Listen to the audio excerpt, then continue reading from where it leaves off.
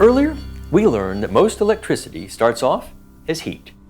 Nuclear power is just a sophisticated way to generate that heat. Here we have our solar system models again representing atoms, but this time of uranium. To unleash the energy, we shatter the nucleus. This tiny but very powerful explosion releases neutrons, themselves smaller than atoms, that collide with another nucleus, shattering it. That releases neutrons, collides with another nucleus, and so on. This chain reaction makes the uranium extremely hot, which heats the water around it. That heats the water in a different closed loop, creating steam, which turns a turbine and turns the generator. What sets nuclear apart from all other energies is density. There's far more energy per weight in uranium than anything else. Wood powered human civilization for thousands of years. It has an energy density of 16 megajoules per kilogram. But we're going to represent that by a box that's 16 square inches. Sugar, which powers us, is higher at 17, then coal at 25, fat like butter, gasoline, natural gas, and hydrogen at 120. Then there's uranium. There's not a box around uranium because it wouldn't fit on this board. In fact, it won't even fit in this room. It wouldn't fit in this building. In fact, it's larger than our entire lab complex. 46, 55, 120, and 80.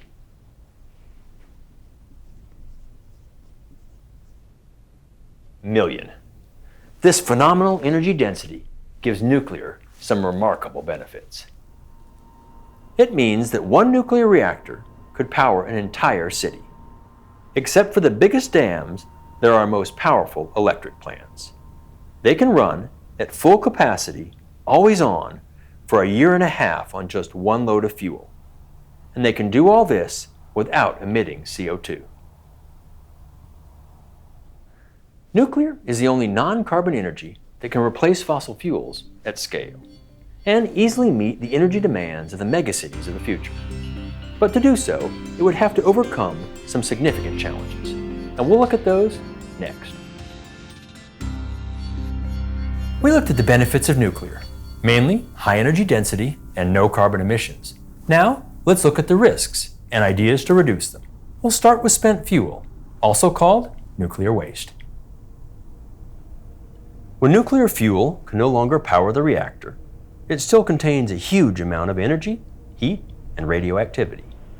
Currently in the US, we cool that spent fuel in a pool for several years, then store it for decades at the reactor site in large metal and concrete containers called dry casks. But it will be radioactive for much longer than that. We need a longer-term solution. For the French, they recycle the spent fuel, reuse part in current reactors, and store the rest for later use. In the future, we could see small modular reactors, similar to those that run submarines. A few proposed models run on spent fuel, making electricity while reducing waste. There are also proposed breeder reactors, which would burn completely through the fuel, leaving almost no waste at all. Proliferation is another risk, that nuclear fuel or byproducts will be used to build a bomb. To date, security and complex technology have thwarted terrorists. The reality is that nations have and will continue to develop weapons using their nuclear energy programs. Minimizing proliferation requires diplomacy and cooperation, and the sharing of safer technologies less conducive to building weapons. Finally, there's the risk of an accident.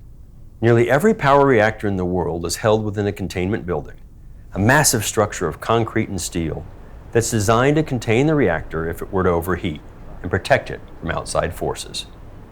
At 3 Mile Island and even Fukushima, these containment buildings have proven remarkably resilient. Chernobyl, though, was one of just 11 reactors worldwide without containment. When the core melted, the whole facility caught fire and a cloud of radiation spread across all of Eastern Europe. It was our worst nuclear disaster by far. The World Health Organization estimates 4,000 premature deaths caused because of it, and some estimates are even higher. Even with those, however, nuclear power is far less deadly per kilowatt hour than fossil fuels, and, depending on how you count deaths from falls or material transport, it's safer than wind and solar too. It's surprising. Still, future reactors should be safer. These three designs are claimed to be passively safe, which means they cannot physically overheat. These two, thorium and fusion reactors, also produce much less waste, but they are decades away from commercial deployment. So that's what it comes down to. Nuclear has real risks, but so far the impacts of them, even among three notable accidents, have been small. And although some are still nervous, we can improve on the technology to make it safer still.